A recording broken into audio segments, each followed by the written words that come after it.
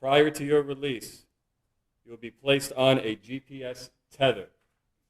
You will not be released before that GPS tether is placed upon you. You must continue all mental health treatment as a condition of your bond. The named victim in this case will not be placed on the record. You may not have contact with that individual.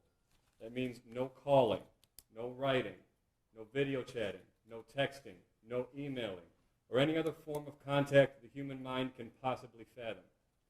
No one in the world thinks that this person is going to reach out to you. Should they do so, and again, no one thinks that they're going to, you may not reply in any form or fashion. The named victim's address will not be placed on the record. You may not go to that location for any reason whatsoever. Are we understood on the no contact and no go to, sir? Yes, Your Honor. If you have any questions about that, you have a good attorney, simply ask them. You understand? Yes, Your Honor.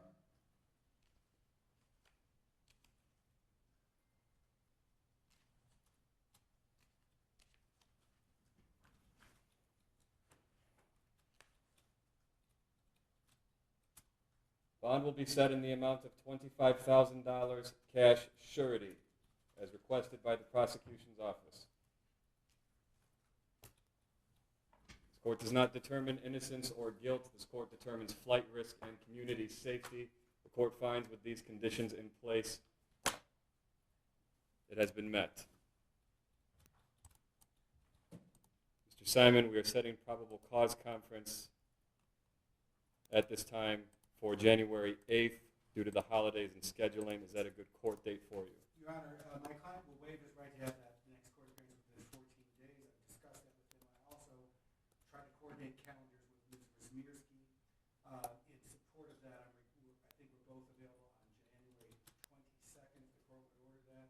And I'll add one more thing for the record in support of that. I understand that there is continuing investigation. So in addition to the discovery I don't yet have, there may be even more. So it will be January 26th, 2020. January 22nd then. January 22nd, 2026, 9 a.m., 14A1 District Court, Courtroom C. That will be in person. Sir, do not violate these bond conditions. Follow all orders of the court. Stay in contact with your lawyer. That concludes this hearing. Thank you, Your Honor. Thank you very much.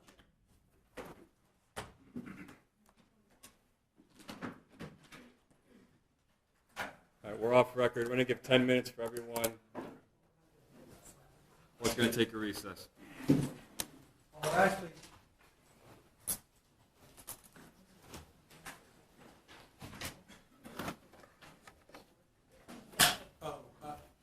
Magistrate, Katie, can you vote?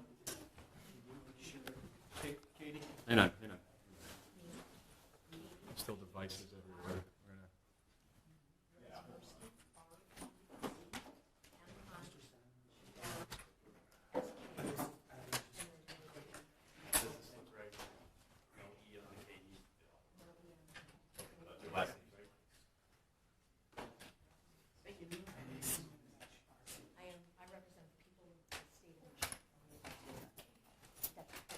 Were executing the search warrant. That is correct. All right. That being said, are you confident that the scene had not been contaminated, or are you confident, or do you have any reason to believe the scene was contaminated, or that your ability to investigate the cause and origin of this fire would somehow be hampered? Objection. That's exactly the same question, except substantially longer, that I just objected to on a lack of foundation basis. If he's not there, he can't answer that question, Your Honor. And especially when Mr. Kessel has indicated that he's not asking him to talk about reassurances from other people, what would be the foundation for the answer? There is none. I think, Judge, if the court will allow the witness to answer, then the court can make a determination. But this is not, of course, I prepared with my witness. I know what he's going to say, but his answer is not based upon hearsay. Then if there's no hearsay, okay, which obviously I would object to also, then there's no foundation, because there's no, what's the source of the information? He's not there. Judge, again, I think if the witness answers and if the court wants to strike the testimony, it can. But his opinion is that the scene was maintained. And I don't think you have an issue with him having that opinion. I do. I absolutely do. Well- because he's not there to have that opinion. Well, Judge, I think anyone can have anyone, whether it's an expert or not, can have an opinion about anything. And now I'm asking him to explain the basis of his opinion. Whether that opinion comes in, Your Honor, in part is based on whether or not that every witness has to have personal knowledge about what they're going to testify about. You know, if there was some runaround with hearsay or whatever, Mr. Kessel's indicating that's not it. But if he's not there, there is no basis for his opinion, so there's a lack of foundation, which also means there's a lack of relevance. Because respectfully, I'm not insulting you, sir.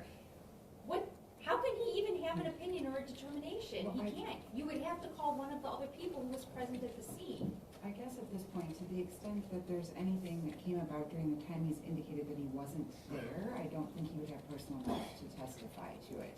If there's something that came about at some other point after or when he returned to close the locks that he can testify about, that's appropriate. But I don't think it would be appropriate for me to allow him to testify about something that did or did not occur at that location at a time that he wasn't there. So and Judge, I think I know a different way to ask it, but I just want to make sure there's a distinction between me asking, did something happen, or did it, or what is your opinion? I think that's the difference. I'm not asking him to testify about a fact. I'm asking him to offer his opinion, and that's the difference. His opinion